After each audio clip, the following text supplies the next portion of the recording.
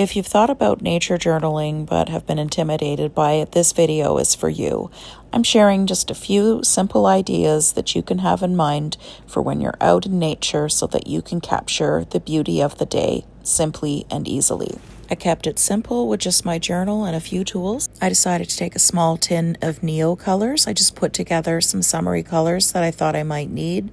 I knew I'd need some blues for the sky and a few colors for flowers and a few different greens. One of my best tips is to take a few minutes now and then and make some backgrounds in your journal so that you have a good starting place for a page. I'll put a link in for how I made this one. Now, the key to actually enjoying journaling is to keep it simple. I have taught myself to draw just a few nature elements so that I don't have to think a lot and I don't have to stress about how things look. So in this case, I'm drawing some beautiful aster flowers. They're really all over where I am at this time of year. Just a very simple flower. The easiest thing to do when you're drawing flowers is to start with the center and then build your flower around that, and just keep in mind that all of your petals need to come back to the center in some way.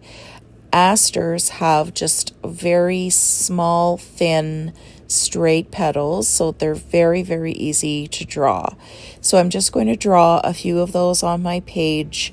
And the only detail I'm doing with these is to just add a different color of that purpley blue color just to accent the petals of the flowers a little bit.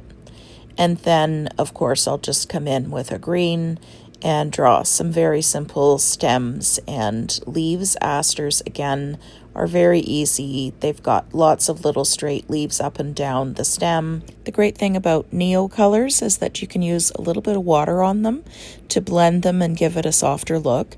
I'm using a watercolor pen for this. It's just a pen with a brush that you fill with water.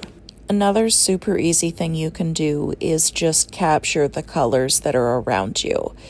I'm just using my Neo colors here and creating these little swatches of color. So there was a beautiful blue sky outside, so I captured that.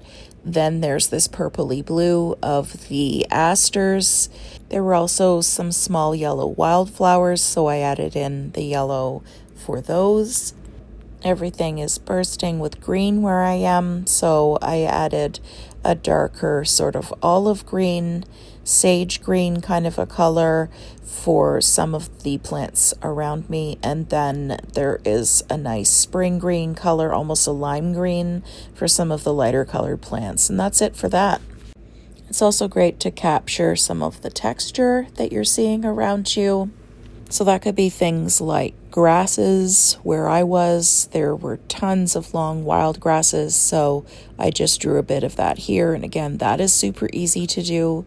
You could also capture things like the bark on trees or anything that's around you where you're not drawing the whole thing, you're just kind of capturing the feeling with your sketches. So I just used my couple of greens and a little bit of yellow to give this some depth. Another nice thing to do is just capture at least one of the small details in what's happening around you.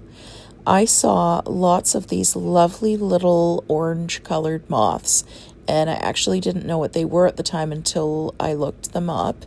But they're just a pretty little orange moth with a few little black spots on them. They remind me of tiger lily flowers that we see in the region where I live. So I just drew this very simple shape of the moth and colored it in with my orangey colored crayon.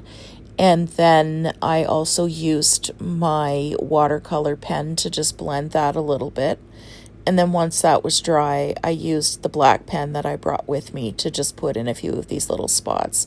So it's just a very simple rendering of this little creature that was with me on my walk. Now, it's always nice to just write a few little reflections on what was happening around you on your walk. This, for me, is not a full journal page entry.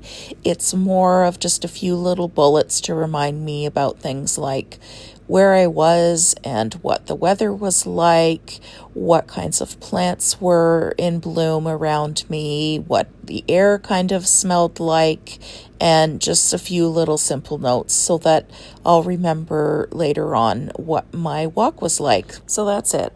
Just a very kind of slow, easy page where I just added a few elements of what was happening on my walk. So I hope this helped you start to see nature journaling as something you might be able to do. These are some clips from my Land Love Project journals. There's a link in my comments below if you'd like to check those out.